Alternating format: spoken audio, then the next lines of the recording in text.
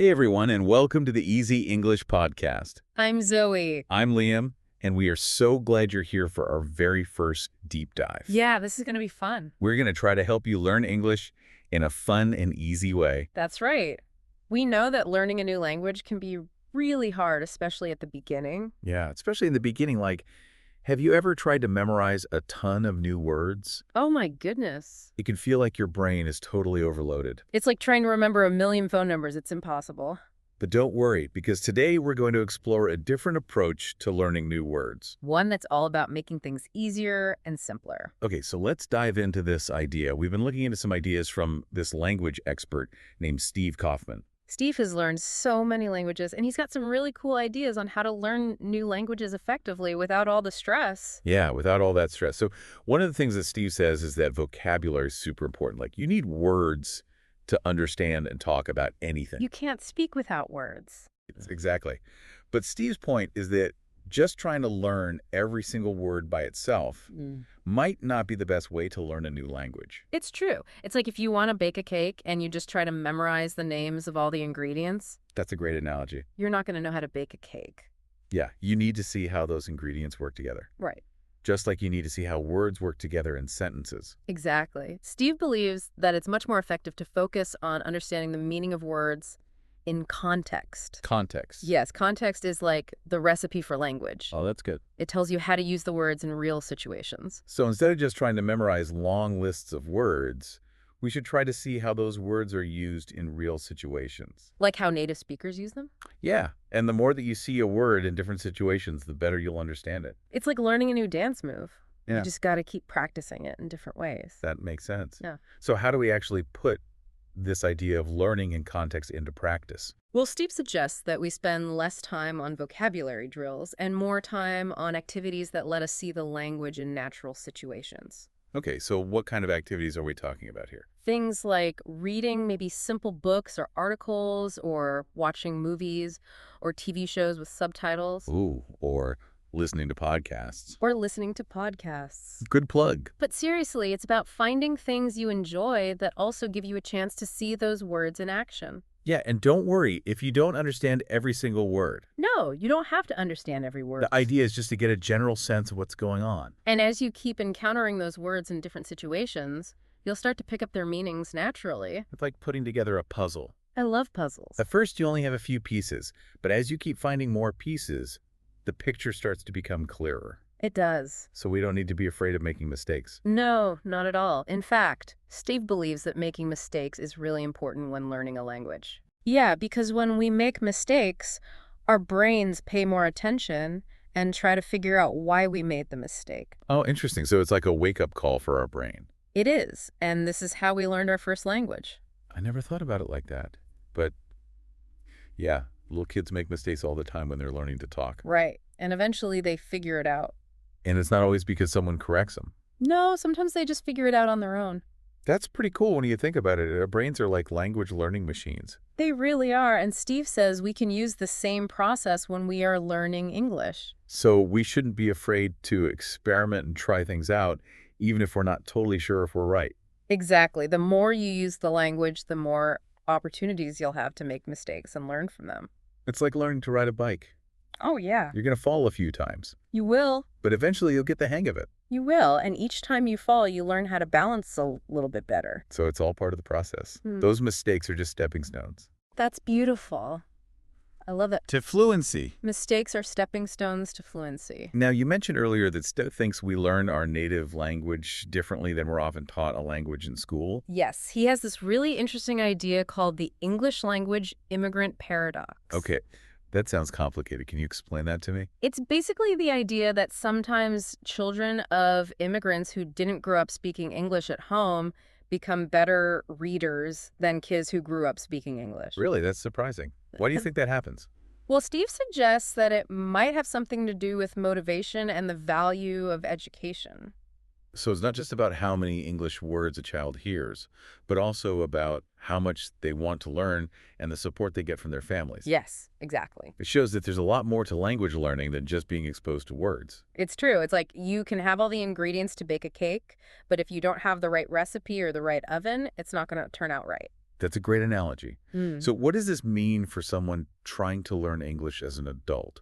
Well, it means that you shouldn't get discouraged if you didn't start learning English when you were a child. Right, because motivation and a positive attitude can make a big difference. Absolutely. And so can finding ways to make learning enjoyable and meaningful. So instead of focusing on all the things that we might have missed out on, we should focus on what we can do now to make learning English a positive experience. Yes, I love that. So we should find ways to make English a part of our lives in a way that feels good. Yes, find things that you enjoy. This is really great advice. Yeah. I feel like we are learning the secrets to make learning a language less scary. Me too. And Skiv actually has even more tips to share about how to make learning English more fun. Okay, ready? Tell me more. Well, he talks about how important it is to find activities that you genuinely enjoy in English. Yeah, we talked about that earlier, like reading, watching movies, listening to podcasts. Right, but he also says that it's important to have real conversations with people in English. Yeah, I could see how that would be helpful, but that could be really scary when you're first learning a language. It can be intimidating, but it's one of the best ways to improve. Why is that? Well, when you're having a conversation, you have to think quickly and use the language actively. Right, you can't just memorize phrases from a textbook. You have to really understand the language and be able to use it. And you learn from your mistakes. Exactly. And it's so much more interesting than just studying grammar rules.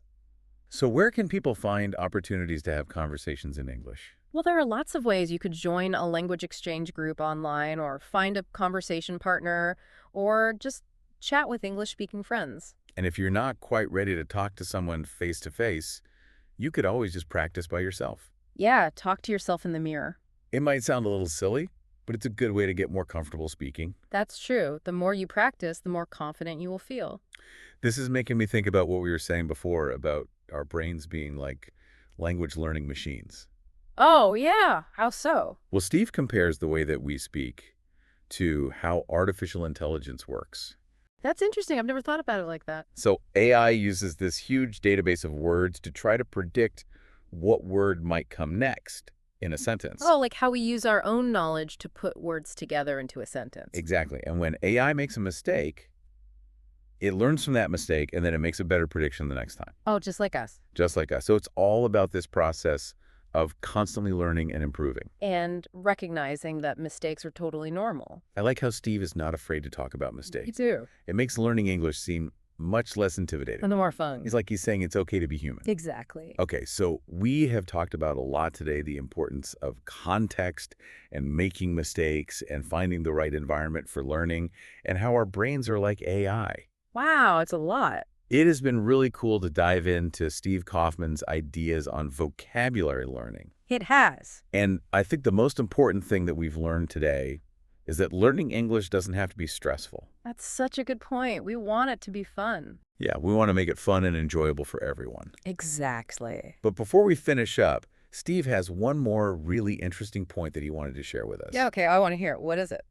Well, he talked about how our brains love novelty. Novelty. What's novelty? Novelty means new and exciting things. Oh, Our brains love to learn new things and to be challenged. that's true. We get bored if we do the same thing every day. Exactly. Yeah. So if we want to stay interested and motivated while we're learning English, we should try to do lots of different things. Mix things up. Yeah, so instead of just reading the same textbook all the time, you can read a news article one day and then watch a funny video the next day and then listen to a podcast. Yeah. And maybe even try to learn a few words in a different language. Oh, that's a cool idea. It's like cross-training for your brain. I like that. You're working different muscles and keeping things interesting. So the main thing is to keep your brain guessing and to keep things fun.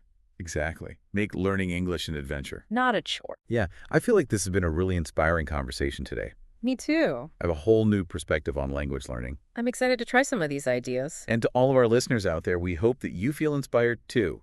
Remember that learning English is a journey, Not a race. and you can enjoy every step of the way. We'll be back soon with more tips and tricks to help you on your English learning journey. Until then, happy learning, everyone. Happy learning. So, when we were talking about making mistakes, Steve actually has this idea about how our brains work. Okay. It's called the error-driven function. The error-driven function. It is the brain. That sounds a little complicated. It is kind of a fancy name, but basically Yeah. it just means that our brains learn best when we make mistakes. Oh, really? So making mistakes is actually good. Yeah, it's a good thing when we get something wrong. It's like our brain says, whoa, hold on, that didn't work. That's interesting. I need to pay attention so I can do it better next time. So it's like a wake-up call for our brains. Yeah, exactly. A wake-up call. And Steve says, this is how we learn our first language. Like when little kids are learning to talk, they say things wrong all the time. All the time, and nobody sits down and explains all the grammar rules to them. Right. They just kind of figure it out. They just figure it out. They learn from listening and copying what they hear. Wow, that's amazing. Our brains are pretty powerful. They are amazing, and Steve says we can use the same idea to help us learn English too. So we shouldn't be afraid to just try things out even if we're not sure if it's right. Exactly. Don't be afraid to experiment. The more you use the language, the more you will learn. It's like learning to ride a bike. Oh, yeah. When you're learning to ride a bike, you're going to fall off a few times. You're going to fall down a lot. Yeah, but that's okay. That's how you learn. Yeah, you get back up and you try again, and eventually you figure it out. Exactly. And each time you fall, you learn something new. Yeah, like how to balance better or how to steer. And eventually you can ride without even thinking about it. Right, so mistakes are really just part of the learning process. I love that idea. Mistakes are part of the process. They help us learn and grow. So we were talking before about how Steve thinks that the way we learn a language in school is not always the best way. Yeah, he says that sometimes children of immigrants who didn't learn English at home can actually become better English speakers than children who grew up speaking English. Really? That's so interesting. Why do you think that is? Well, Steve thinks it might be because those children are more motivated to learn, Oh, that makes sense. and also because maybe their families really value education. So it's not just about how much English you hear, it's also about your attitude towards learning. Yes, exactly. It's about having a positive attitude and wanting to learn. It reminds me of that analogy about baking a cake again. Oh, yeah, I love that analogy. Yeah, you can have all the right ingredients, but Yeah. if you don't have a good recipe and you don't know how to use the oven, it's not going to turn out very well. That's a great point. You need to have the right conditions for learning. So what does all of this mean for someone who's trying to learn English as an adult? Well, it means that we shouldn't get discouraged if we didn't start learning English when we were children. That's encouraging. Yeah, we can still become fluent in English. It's never too late to learn. Never too late if you have the right attitude and you find ways to make learning fun and interesting. So we should focus on creating a positive learning experience for ourselves. Yes, and we should celebrate our progress. Yeah, and not be afraid to make mistakes along the way. Mistakes are our friends, I like that mistakes are our friends. They help us learn and grow. and they make learning more interesting. Steve also talks about how important it is to actually use English to talk to people. Yes, having real conversations with people is one of the best ways to improve. I could see how that would be helpful, but it can also be kind of scary. I know it can be scary, especially if you're not confident in your English skills. Yeah, but Steve says it's one of the best ways to learn. It is, because when you have a conversation, you have to use all of your English skills. You can't just hide behind a textbook. Right, you have to think on your feet and come up with the words you need to say in real time. And you can get feedback from the person you're talking to. Exactly. They can help you correct your mistakes and learn new words and phrases. So it's a really valuable learning experience. It is, and it's much more fun than just studying grammar rules. So where can someone find opportunities to have conversations in English? Well, there are lots of different ways you could look for a language exchange partner online, or join a conversation group, or even just try talking to English-speaking friends or colleagues. And if you don't feel ready to have a conversation with someone face-to-face, you could always practice by yourself. Yeah, you could talk to yourself out loud or even just have imaginary conversations in your head. That might sound silly, but it can actually be really helpful. It can help you get more comfortable using the language and build your confidence. That reminds me of what we were talking about earlier about how our brains are like language learning machines. Oh. So Steve compares the way that we speak to the way that artificial intelligence works. Really? That's interesting. Yeah, so apparently AI uses this massive database of words and phrases to try to predict what word might come next in a sentence. Oh, like how our brains use our knowledge of vocabulary and grammar to put words together. Exactly. And when AI makes a mistake, it learns from that mistake and tries to do better next time. Just like us.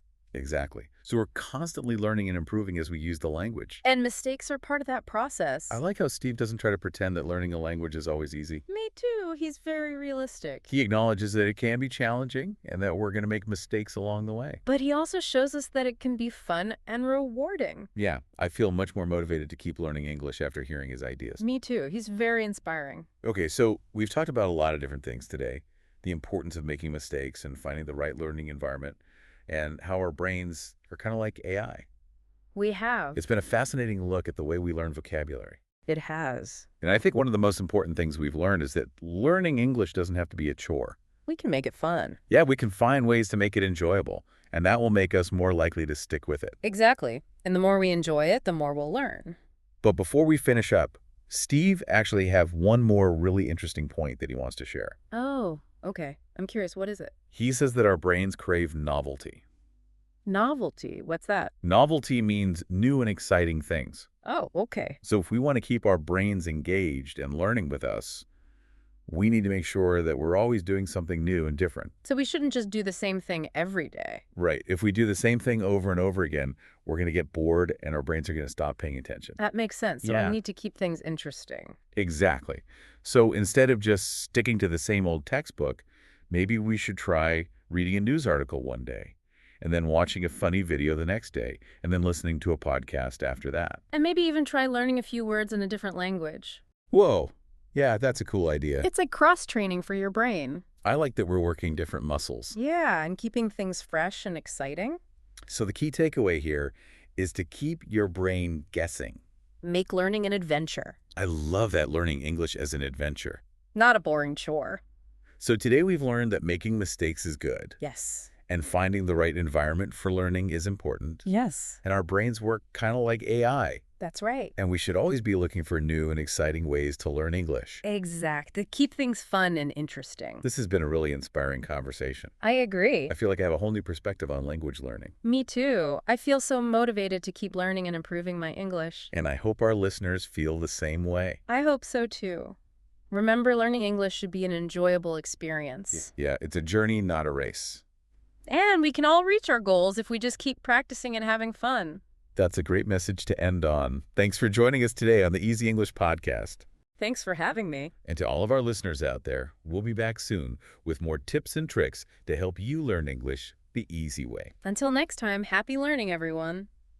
Wow, so we've learned so much about vocabulary. It's not just about memorizing words from a dictionary. It's about understanding how those words work in real life Exactly. Seeing them in different and situations. noticing those patterns. Yeah, and not being afraid to make mistakes. Our brains are always learning, even when we make mistakes. Those mistakes actually help us learn. Well, this has been a really interesting deep dive into vocabulary. Yeah, Steve Kaufman has given us a lot to think about. He really has. I think the biggest takeaway for me is that learning English should be fun. Yeah, it shouldn't feel like a chore. We should find things that we enjoy doing in English. And be patient with ourselves. And remember that everyone learns at their own pace.